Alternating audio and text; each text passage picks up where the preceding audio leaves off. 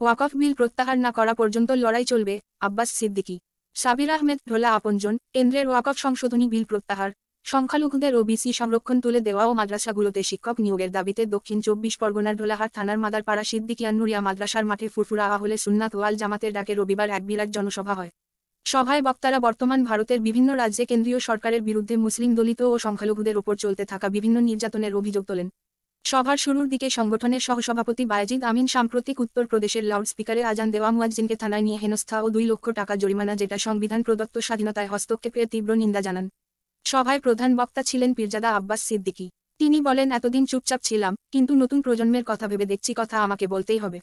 তিনি বলেন, ভারতের স্বাধীনতা আন্দোলনে বহু মানুষ প্রাণ দিয়েছে, তাদের মধ্যে মুসলিম আলেম ওলামাদের সংখ্যা ছিল প্রায় 63,000। তিনি কেন্দ্র সরকারের বিরুদ্ধে সুর চড়িয়ে বলেন, বর্তমান দেশের নিত্য প্রয়োজনীয় জিনিসের বাজার দর ঊর্ধ্বমুখী, বেকারত্ব দিনের পর দিন বৃদ্ধি পাচ্ছে, নতুন কোন কলকারখানা হচ্ছে না, দেশের আদিবাসী, দলিত, সংখ্যালঘু ও মহিলাদের কোন নিরাপত্তা নেই, মণিপুর জ্বলছে, ট্রেনে বাসে বিভিন্ন মিথ্যা অভিযোগে সংখ্যালঘুদের পিটিয়ে মারা হচ্ছে।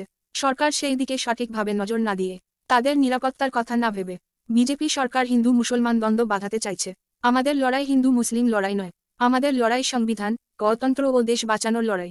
আব্বাস বলেন, ওয়াকফ সম্পত্তি আমাদের পূর্বপুরুষদের দেওয়া, তা আমাদের কওমের উন্নয়নের কাজে ব্যবহার হবে।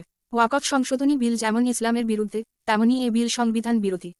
যতদিন পর্যন্ত কেন্দ্র সরকার তার অন্যায়কে মেনে নিয়ে ওয়াকফ সংশোধনী বিল প্রত্যাহার না করবে, ততদিন এ লড়াই জারি থাকবে। তিনি দেশনায়ক সুভাষচন্দ্র বসুর কথা তুলে ধরে উপস্থিত জনতাকে স্মরণ করিয়ে দেন, পরাধীন ভারতে ব্রিটিশদের তাড়াতে তিনি বলেছিলেন, তোমরা আমাকে রক্ত দাও, আমি তোমাদের স্বাধীনতা দেব। আজ আপনারাই বলুন, এ আন্দোলনে আমাদের সাথে থাকবেন তো? হাজার হাজার জনতা হাত তুলে জানান দেন তারা তার সাথে আছেন। অন্যান্যদের মধ্যে বক্তব্য দেন ঢোলার বিশিষ্ট শিক্ষক তৌফিক হোসেন, মাওলানা নুরুল্লাহ মোল্লা প্রমুখ। সমগ্র সভা সঞ্চালন করেন আজগার মোল্লা।